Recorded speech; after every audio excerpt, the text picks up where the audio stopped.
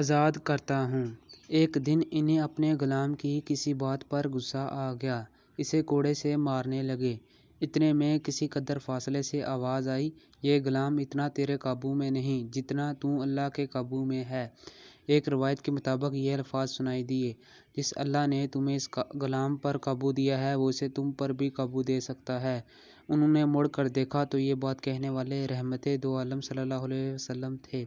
الفاظ سنتے ہی کوڑا ان کے ہاتھ سے گر گیا۔ گھبرا کر بولے، اے اللہ کے رسول، آئندہ میں کبھی کسی غلام کو نہیں ماروں گا، اور اس غلام کو میں اللہ کے راستے میں آزاد کرتا ہوں۔ یہ صحابی حضرت ابو مسعود تھے۔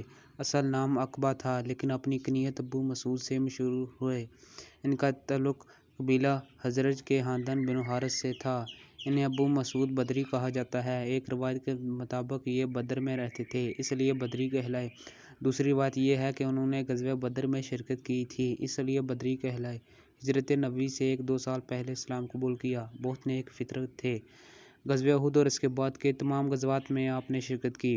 نبی اکرم صلی اللہ علیہ وسلم کی وفات کے بعد حضرت ابو مسعود حضرت عثمان کی خلافت تک مدینہ منورہ میں رہے، البتہ اس دوران کچھ مدت تک بدر میں بھی رہائش اختیار کی۔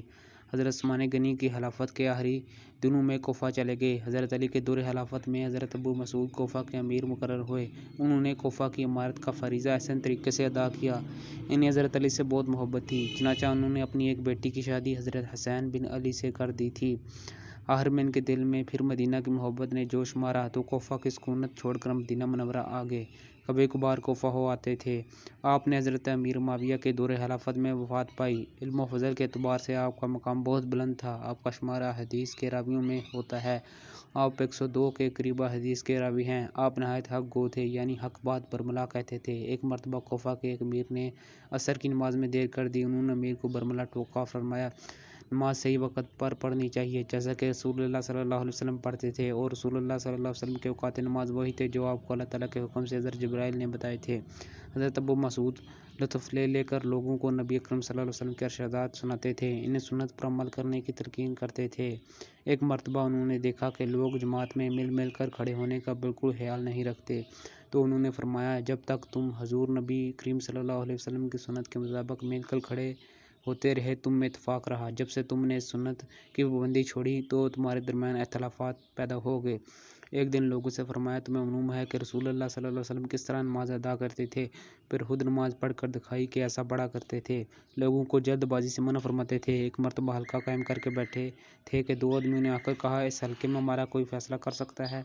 ایک شخص نے یہ سن کر کہا، میں فیصلہ کر سکتا ہوں۔ حضرت ابو مسعود نے مٹھی بھر کنکریاں اٹھا کر اسے دے ماری اور فرمایا، چپ، جلدی سے فیصلہ کرنا مکروہ ہے۔ آپ لوگوں سے فرمایا کرتے تھے، لوگوں، رسول اللہ صلی اللہ علیہ وسلم ہمیں نماز میں برابر کرنے کے لیے مونڈوں پر ہاتھ پھیرتے تھے اور فرماتے تھے، برابر ہو جاؤ اور آگے پیچھے نہ ہو، کہیں اس کی سزا میں تمہارے دل آپس میں مختلف نہ ہو جائیں، اور فرماتے تھے، تم میں سے جو دانش مند اور سمجھدار ہے وہ میرے قریب ہوں، ان کے بعد وہ لوگ قریب ہوں جو اس صف میں ان کے قریب ہوں، اور ان کے بعد وہ قریب ہوں جن کا درجہ ان سے قریب ہو، اللہ کی ان پر بے شمار رحمتیں ہوں، آمین۔ ہمارے چینل کو سبسکرائب کریں تاکہ ہماری ہر آنے والی ویڈیو آپ تک سب سے پہلے پہنچ سکے۔